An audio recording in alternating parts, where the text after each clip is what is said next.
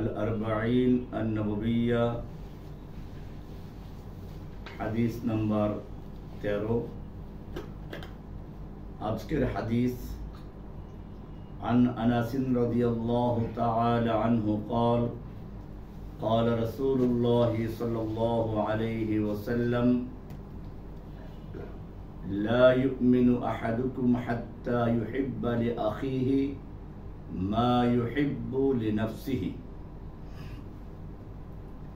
আনাস রাদিয়াল্লাহু তাআলা আনহু থেকে বর্ণিত, তিনি বলেন রাসূলুল্লাহ সাল্লাল্লাহু আলাইহি ওয়াসাল্লাম ইরশাদ করেছেন, লা ইউমিনু আহাদুকুম, তোমাদের কোনো ব্যক্তি ঈমানদার হতে পারে না, মুমিন নয়, হাত্তা ইউহিব্বা লিআখিহি, যতক্ষণ না সে ভালোবাসবে, লিআখিহি, নিজের ভাইয়ের জন্য, মা ইউহিব্বু লিনাফসিহি, যা ভালোবাসে সে নিজের জন্য। হাদিসটি বুখারীর ৪৫ নম্বর হাদিস, মুসলিমের ১৩ নম্বর হাদিস। হাদিসটি অত্যন্ত গুরুত্বপূর্ণ একটি হাদিস। আমি এই দার্সের শুরুতেই বলেছিলাম, ইমাম নববী রাহমাতুল্লাহ আলাইহি তিনিও ৪০ হাদিস জমা করেছেন, আরো অনেকেই ৪০ হাদিস জমা করেছেন। বেশ কম হলো অন্যান্য ইমামগণ ৪০ হাদিস জমা করেছেন বিভিন্ন একক বিষয়ের উপরে, আর ইমাম নববী রাহমাতুল্লাহ আলাইহি ৪০ হাদিস জমা করেছেন পুরা ইসলামের মৌলিক বিষয়ের উপরে। এ কারণে ইমাম নববী রাহমাতুল্লাহ আলাইহির ৪০ হাদিস যতটা মাকবুলে আম হয়েছে, এতটা আর কোনো ৪০ হাদিস মকবুলে আম হয়নি। এমনকি ৪০ হাদিস উল্লেখ করলেই মানুষের মনের ভিতরে যার কথা মনে পড়ে সেটা হচ্ছে ইমাম নববী রাহমাতুল্লাহ আলাইহির ৪০ হাদিস। আজকের হাদিসটিও একটি মানবিক এবং সমাজ বিনির্মাণের মৌলিক নীতিমালার একটি। আল্লাহ রাসূল সাল্লাল্লাহু আলাইহি ওয়াসাল্লাম খুব গুরুত্ব দিয়ে বলেছেন, তোমাদের কোনো ব্যক্তি ততক্ষণ পর্যন্ত মুমিন হতে পারে না যতক্ষণ পর্যন্ত সে তার নিজের ভাইয়ের জন্য ওই জিনিস পছন্দ না করবে যা সে নিজের জন্য পছন্দ করে। প্রথমত এখানে ভাই বলতে রক্তের ভাইকে বোঝানো হয়নি, ভাই বলতে মুসলিম ভাইকে বোঝানো হয়েছে। আর এখানে শুধু মুসলিমদেরকে উদ্দেশ্য নয়, যদি আরো ব্যাপকভাবে বলি তাহলে গোটা মানব জাতি এর অন্তর্ভুক্ত। কারণ হচ্ছে এই, এক হিসেবে দুনিয়ার সকল মানুষ ভাই। নাসু আকফাউন মিন যেহেতু মানুষ হচ্ছে সকলেই ভাই।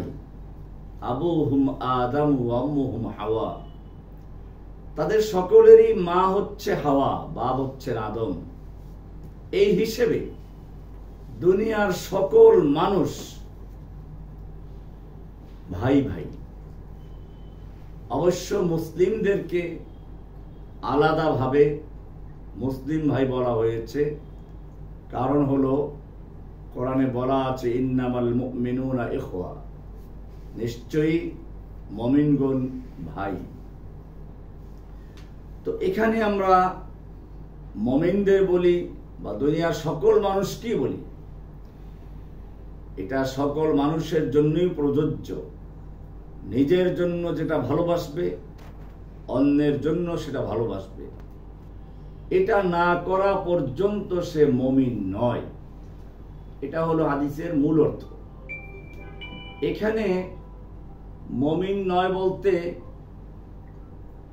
আমরা যারা ব্যাখ্যা করি তারা বলি পূর্ণ মুমিন নয়, অর্থাৎ মূল ঈমান নফি করা হয়নি, বরং ইমানের পূর্ণতা কামালকে নফি করা হয়েছে। নাফিউন লিল কামালিল ঈমান, পূর্ণ ঈমান দাবি করা যায় না। ঈমানের ভিতরে ত্রুটি থাকে, কিন্তু যদি কোনো ব্যক্তি এর ব্যতিক্রম করে তাহলে সে কাফের হয়ে যাবে, বিষয়টা এরকম নয়। তাহলে আমরা প্রথমত এখানে যে বিষয়টা উল্লেখ করলাম তা হচ্ছে, এখানে লা ইউমিনু বলতে একেবারেই ঈমানদার থাকবে না, কাফের হয়ে যাবে, বিষয়টা এরকম নয়। বরং এখানে নাফিউন লিকামালিল ঈমান আল ওয়াজিব ওয়া লাইসা নাফিয়ান লিআসলিল ঈমান। এটা কামাল ঈমানের নফি করা হয়েছে, মূল ঈমানের নফি করা হয়নি। এটাই হচ্ছে জমহুরুল উলামা মিনাস সালাফ আল খালাফ,